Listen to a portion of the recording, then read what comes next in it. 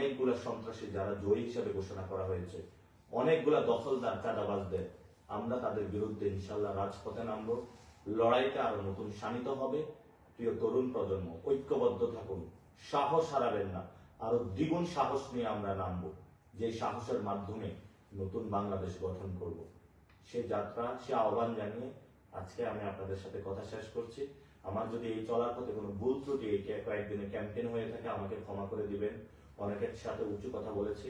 ইনশাআল্লাহ আমি হয়তো আপনাদের যে জায়গায় ইফোর্ট দেওয়ার কথা, সর্বোচ্চটা দেওয়ার চেষ্টা করেছি।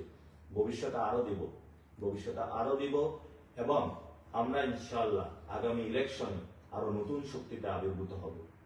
আমাদের যতটুকু শক্তি এবং সাহস ছিল, এটা আরো দ্বিগুণ করব ইনশাআল্লাহ।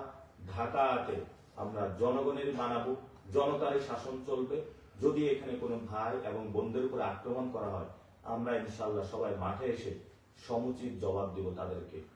এক সেকেন্ডের জন্য ইনশাআল্লাহ আমরা বসে থাকবো না। আমাদের কোনো একজন কর্মী, ঢাকা আটের কোনো একটি ভোটারের উপর যদি কেউ আঁচড় বসাতে চায়, আমরা কিন্তু বসে থাকবো না।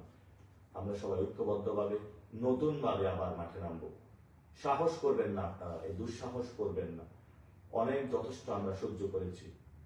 আমরা আপনাদের সাথে একসাথে নতুন একটি বাংলাদেশ গড়তে চাই।